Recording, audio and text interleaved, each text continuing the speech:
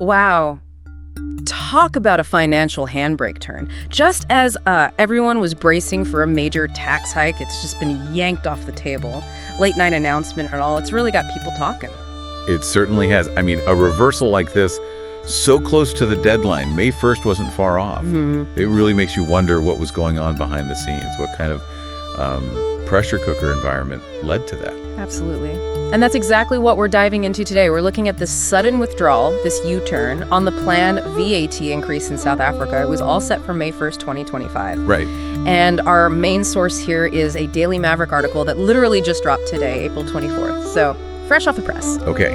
So our mission, if you like, is to unpack this dramatic reversal. We need to understand, well, why it happened, what the implications are financially, politically, and what it tells us about the country's overall fiscal health right now. It feels like a tightrope walk. It really does.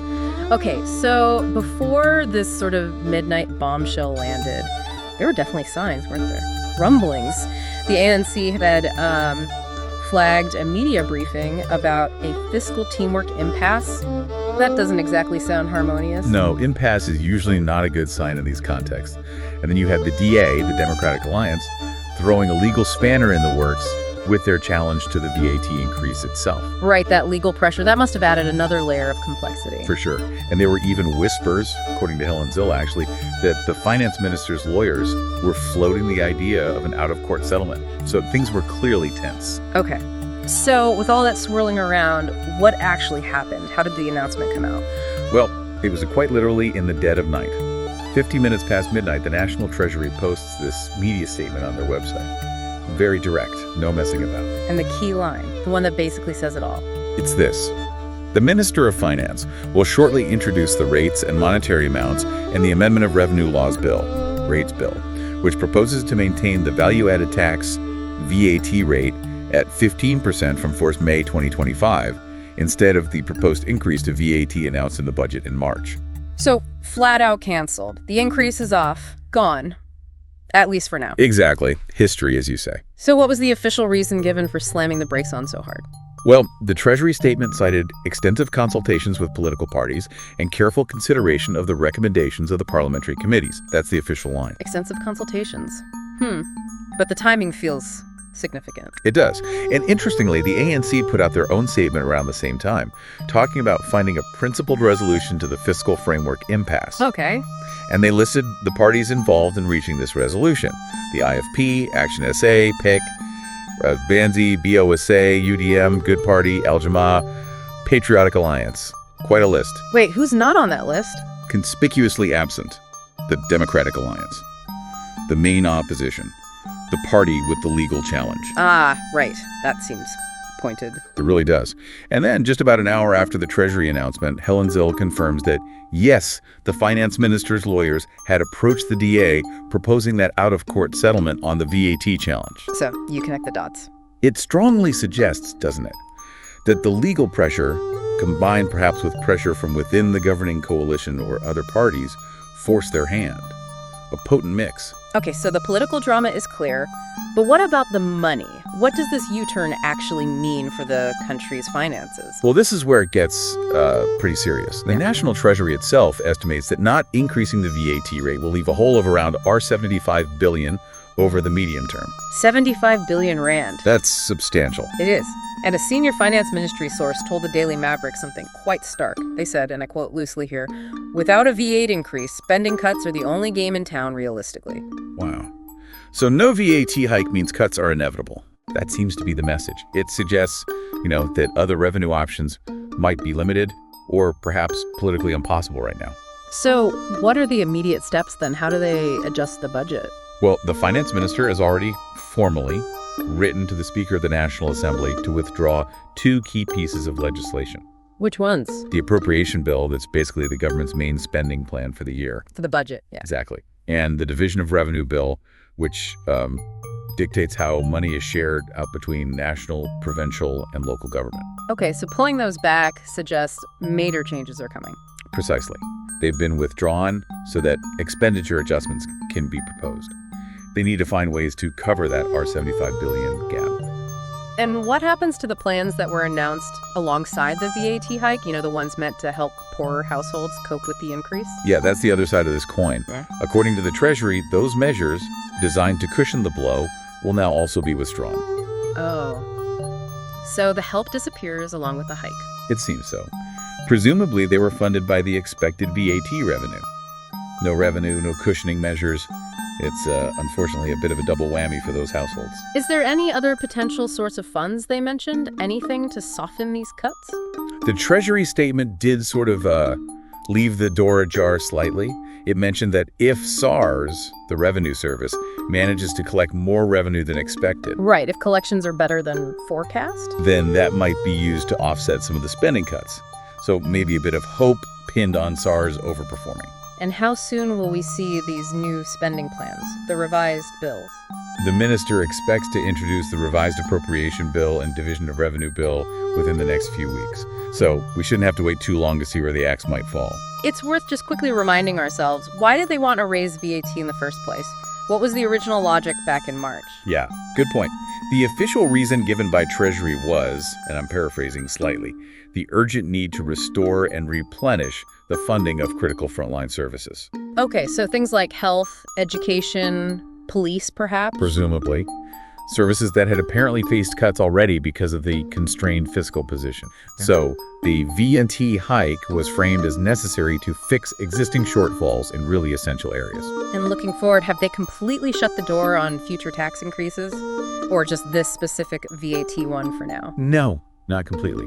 The Treasury statement specifically said they will consider these and other proposals as potential amendments in upcoming budgets. Ah, okay. So mechanisms to increase resources are still on the table for the future. This particular battle might be over, but the broader war over how to fund the state, well, that seems set to continue. Okay, that covers the official side.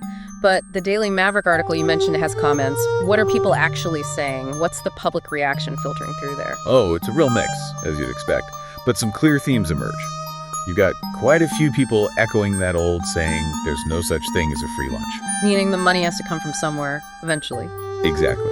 The R$75 billion didn't just vanish. It means either cuts or borrowing or maybe different taxes down the line. Someone has to pay. And what about the DA's role? Are people picking up on that? Oh, definitely.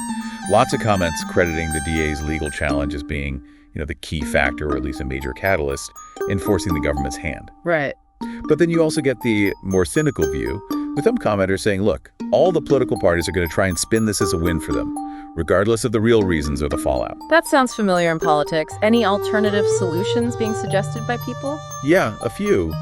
The idea of recovering money lost to corruption comes up quite a bit. Go after the stolen funds instead of taxing us more. A popular sentiment, I imagine. Very.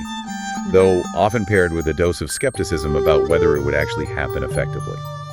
And, well, there's quite a lot of general distrust expressed towards the ANC's handling of finances overall.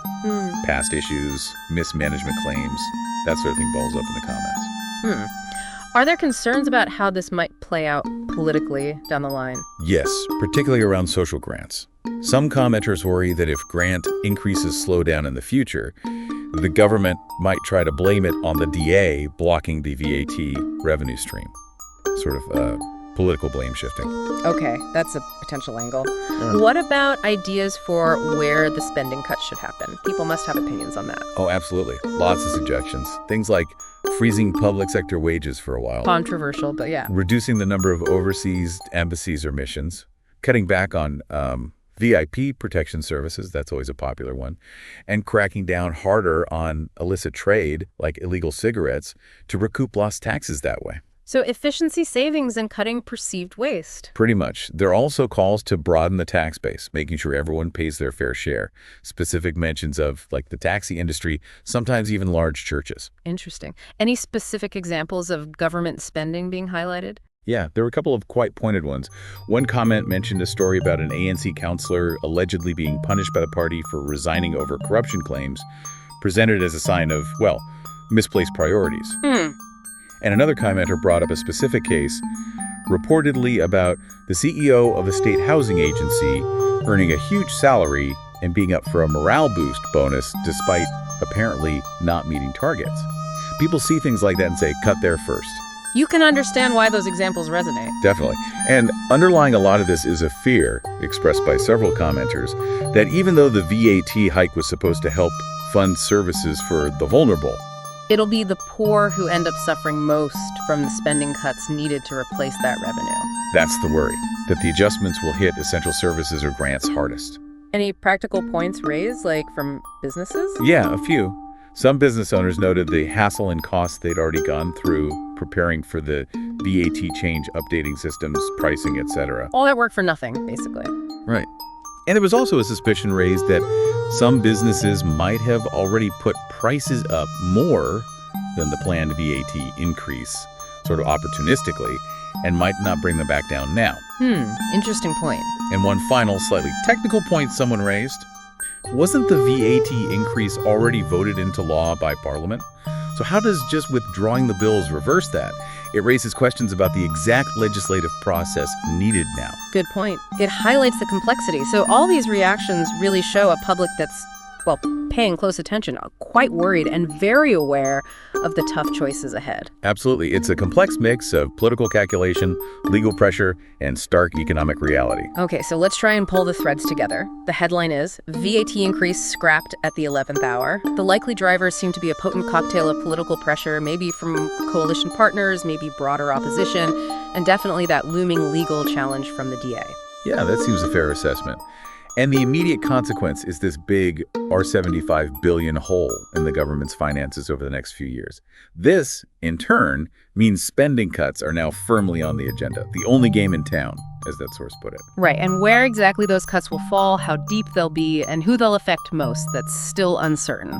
We're waiting for those revised budget bills in the coming weeks. It creates a period of, well, significant uncertainty. It really does. Which leads us nicely to our final thought for you, the listener, to mull over. Think back to the original reason given for the VAT increase, that urgent need to fund critical frontline services that were already under pressure. Now contrast that with the path ahead, which relies on expenditure adjustments cuts, essentially. Given the shift, what fundamental changes, perhaps in financial management, maybe in broader policy, do you think are truly necessary for South Africa to achieve genuine long-term fiscal stability? And as you think about that, keep in mind all those diverse, sometimes clashing viewpoints we heard from the public reacting to this very sudden change. It's a tough balancing act.